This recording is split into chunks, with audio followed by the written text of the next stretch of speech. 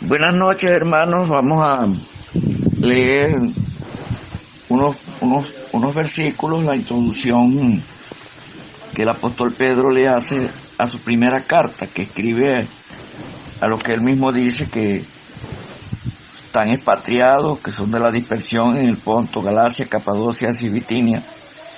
Vamos a leer solamente la salutación de esta carta para comenzar. La primera carta que escribió el apóstol Pedro, en los versículos 1 y 2, que dice de la siguiente manera: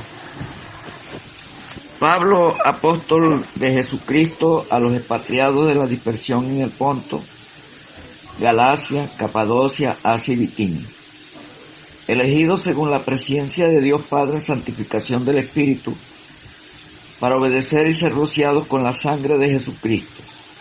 Gracia y paz os sean multiplicadas.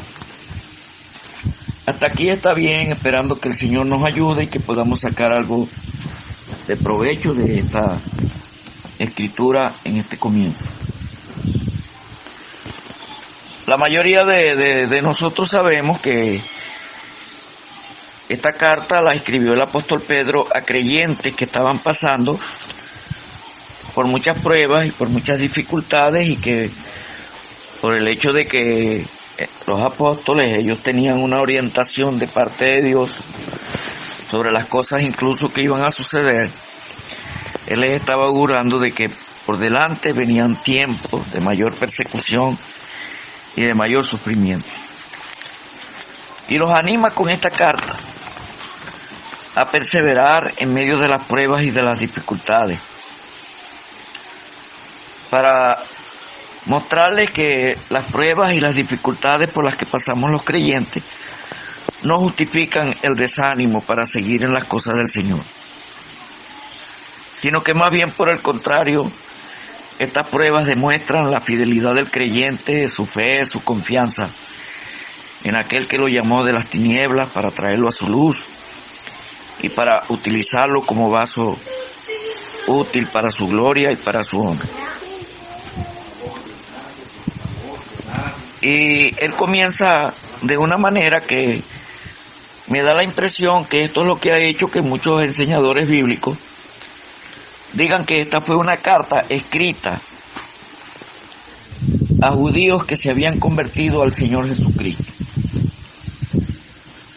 Pero cuando uno se pone a examinar bien la carta en su parte interna, uno se da cuenta que el apóstol está escribiendo más que todo es a gentiles que se habían convertido al Señor. Estas iglesias que estaban en la dispersión no eran como las iglesias de Judea, por ejemplo, que la membresía estaba compuesta predominantemente por judíos. Esta, por el contrario, no se niega que también pudieran haber judíos entre ellos, por supuesto que sí, pero que es predominantemente gentiles. Y voy a mostrarles algunos versículos que he encontrado dentro de la carta que me muestran que debo tener la razón en esto que estoy diciendo.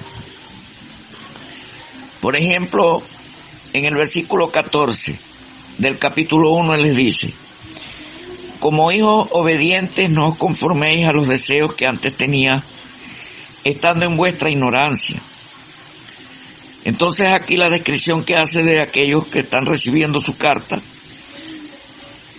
es que su pasado, él se los describe como gente que estaban en su ignorancia. Esto no se dice de judíos, porque los judíos estaban enseñados desde niños en la palabra de Dios.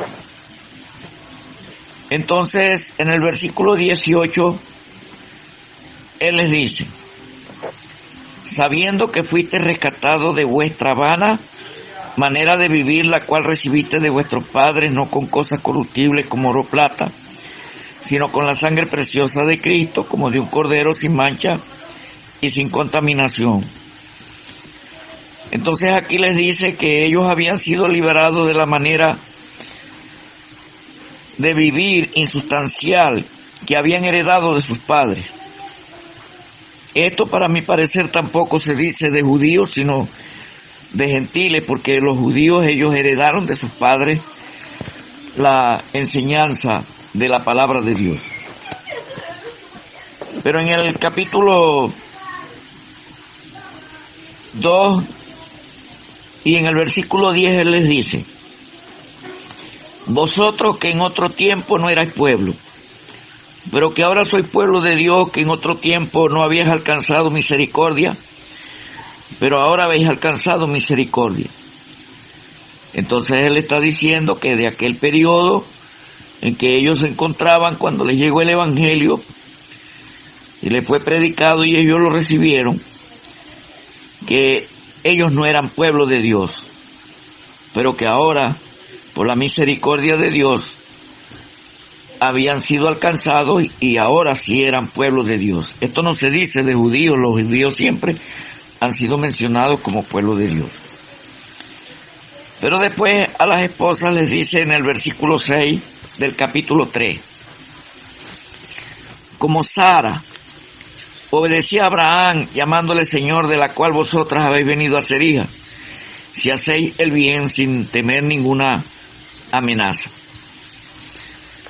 Entonces aquí les está diciendo que la conversión de aquellas creyentes las habían convertido a ellas espiritualmente en descendientes de Abraham. Esto no se dice de judíos porque ellos eran descendientes directos de Abraham.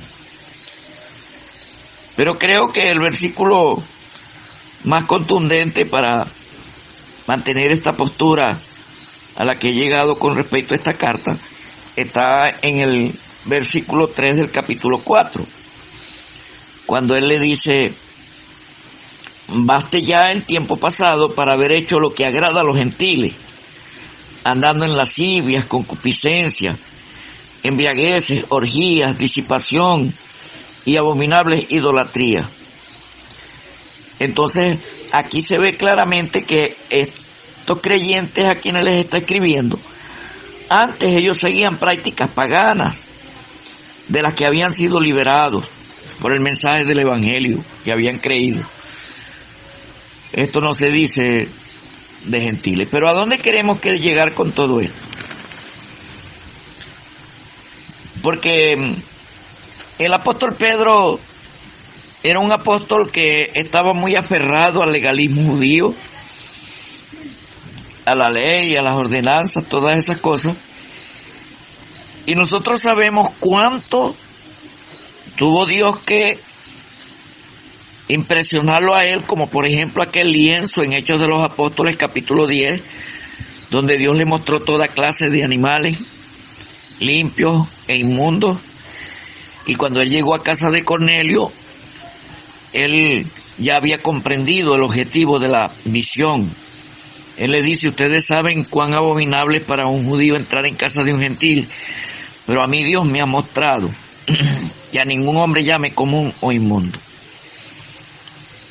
Entonces, lo hermoso de esto es que este apóstol tan legalista, antiguamente, y que llegó a comprender que el Evangelio era para todos los hombres y que él mismo, habiendo abierto la puerta a los judíos en la predicación del Evangelio el día de Pentecostés, ahora se la abrió también a los gentiles, que ahora cuando él está escribiendo a estos creyentes de la gentilidad que están dispersos en el Imperio Romano, él le aplica a ellos los calificativos que Dios le había dado antiguamente a su pueblo terrenal, Israel. Él le dice: Pedro, apóstol de Jesucristo, a los expatriados de la dispersión en el Ponto, Galacia, Capadocia, Asia y Bitinia. Y este calificativo de la dispersión era un calificativo que le correspondiera al pueblo de Israel cuando ellos fueron llevados de su tierra cautivos a Babilonia y a otros lugares. Y después, cuando regresaron, fueron muy pocos los que vinieron y quedaron dispersos por todos aquellos lugares. Pero después, en el versículo 2, él le dice: elegidos según la presencia de Dios Padre. Perdón. Entonces aquí tenemos el tema de la elección. Ese era un calificativo que Dios le había dado a su pueblo en el Antiguo Testamento. No fueron ustedes los que por ser mejores yo los he traído hasta esta tierra, les dice en Deuteronomio, para entregársela a ustedes, sino por la misericordia y por el amor de Dios, Él los había traído hasta esa tierra y Él era el que los había elegido como su pueblo terrenal. Pero ahora Él le está dando este calificativo de la elección a la iglesia del Nuevo Testamento. Él dice, según la presencia de Dios Padre, en santificación del Espíritu, para obedecer y ser rociado con la sangre de Jesucristo.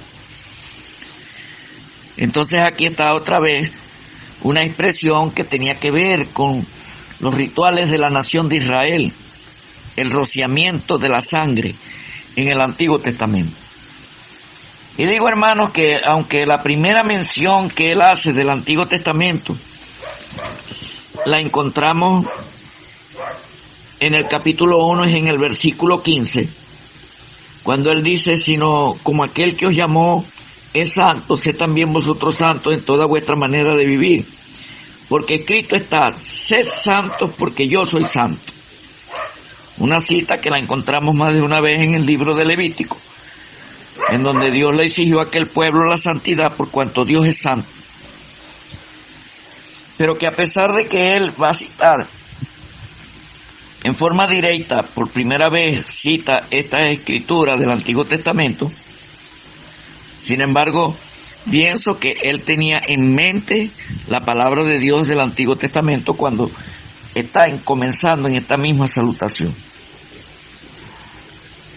Y lo más hermoso de todo esto es que entonces él le está dando los calificativos del pueblo de Dios antiguo, que era Israel, al pueblo de Dios del Nuevo Testamento, que es la iglesia, compuesta predominantemente por gentiles. Y cuando nosotros destapamos un poco lo que está por debajo de lo que se ve escrito por encima, como suele suceder con muchos de estos escritos del Nuevo Testamento, nos damos cuenta que él tiene en mente el rociamiento de la sangre en el Antiguo Testamento. Y hay 3 eventos en el Antiguo Testamento, aparte de otros, pero que son los principales y que nos sirven para el pensamiento que tenemos en cuanto aquí con respecto a la sangre del Señor Jesucristo, que resaltan allá. Por ejemplo, cuando leemos sobre la ley del leproso en Levítico, en el capítulo 14, versículo 1 al 7, y para ganar tiempo aquí con los minutos, para no hacerle muy largo esta palabra, lo voy a decir de memoria. Nosotros sabemos que cuando el leproso entonces era considerado limpio, se hacía un ritual, se ofrecía un sacrificio y después él era rociado con esa sangre. Bueno, esa era sangre que se rociaba para la purificación del leproso. La lepra en las Escrituras habla del pecado. Entonces aquí el apóstol está diciendo que nosotros hemos sido rociados con la sangre de Jesucristo para ser limpios de todos nuestros pecados. Pero después encontramos en Éxodo capítulo 24, en los versículos 3 al 8, cuando fue promulgada la ley para el pueblo, y entonces Moisés hizo conforme a todas las instrucciones de Dios, la presentó delante del pueblo, y le dijo que esos eran los mandamientos que Dios expresaba y que iba a escribir en las tablas de la ley, que ellos tenían que obedecerlas, y ellos se comprometieron a obedecer todo lo que Dios les estaba mandando allí. Entonces él, después que hizo el sacrificio, hizo todo el ritual, entonces roció el libro y después roció al pueblo habiéndole leído la ley. Entonces esta es una sangre de compromiso, de obediencia, de obedecer a Dios. Pero después, en el capítulo 29 del libro de Éxodo, encontramos cuando se van a consagrar Aarón y sus hijos para el sacerdocio. Uno puede leer todas esas porciones allí y darse cuenta que al hacer el sacrificio también Aarón y sus hijos, para la consagración al sacerdocio, entonces fueron rociados con la sangre del sacrificio. Eso significa entonces que el apóstol tiene también aquí en mente que nosotros hemos sido rociados con la sangre de Jesucristo para consagrarnos a Él. Dios quiere un pueblo consagrado para Él. Pedro, apóstol de Jesucristo a los expatriados de la dispersión en el Ponto, Galacia, Capadocia, Asia y Bitinia, elegido según la presciencia de Dios. El anticipado conocimiento de Dios significa esto: de Dios Padre, en santificación del Espíritu, para obedecer y ser rociados con la sangre de Jesucristo. Qué hermoso podemos ver aquí nosotros la forma como el triuno Dios opera en la salvación de los seres humanos. Él dice que fuimos elegidos según la presciencia de Dios Padre. Aquí tenemos Dios el Padre. En santificación del Espíritu Santo. Aquí tenemos el Espíritu Santo. Y para obedecer y ser rociados con la sangre de Jesucristo, Dios el Padre, Dios el Hijo y Dios el Espíritu Santo interviniendo en nuestra salvación, en la obra que Dios ha hecho tan hermosa para nosotros, para que nosotros pudiésemos ser librados de la condenación eterna. Pero para cerrar, debo decir también con respecto a la sangre del Señor Jesucristo, que en Efesios, por ejemplo, capítulo 1 y versículo 7, dice que en la sangre de Jesucristo nosotros tenemos el perdón de nuestros pecados. Pero también entonces allá en Primera de Juan, capítulo 3 y versículo 7, dice que la sangre de Jesucristo nos limpia de todo pecado. Pero en Romanos capítulo 5 y versículo 9 dice que la sangre de Jesucristo nos justifica y nos libra de la ira venidera. La cita que tenemos en Efesios, en el versículo 7 del capítulo 1, tiene que ver con nuestro pasado. Cuando Dios perdonó todos nuestros pecados, que creímos en Cristo, le recibimos como nuestro Salvador personal, diciendo con eso que ya nuestro pasado está resuelto por la sangre de Cristo, somos limpios. Pero cuando nosotros leemos allá en Primera de Juan, capítulo 1 y versículo 7, que la sangre de Jesucristo su Hijo nos limpia de todo pecado, tiene que ver con nuestro presente. Él dice que si nosotros confesamos nuestros pecados, Él es fiel y justo para perdonarnos y limpiarnos de toda maldad. Y la sangre de Jesucristo su Hijo nos limpia de todo pecado. Eso tiene que ver con nuestro presente. Pero en Romanos capítulo 5, versículo 9 dice que la sangre de Jesucristo nos justifica y nos libra de la ira venidera. Eso tiene que ver con nuestro futuro. Qué obra tan grande, tan preciosa y tan de estima que debe ser para nosotros la que el Señor Jesucristo hizo a nuestro favor. Eso significa que en la sangre de Cristo nosotros tenemos resuelto nuestro pasado, nuestro presente y nuestro futuro de una sola vez. Y esto es lo que da la garantía de la salvación de nuestras almas, del perdón de nuestros pecados y de la seguridad de ir al cielo. Entonces, hermanos, dejo hasta aquí esto para que no sea muy largo y puede que entonces les entregue otra nota a continuación cuando podemos hablar del nuevo nacimiento y de la herencia que Él tiene preparada para nosotros. Que el Señor prospere su palabra. Saludos a todos mis hermanos.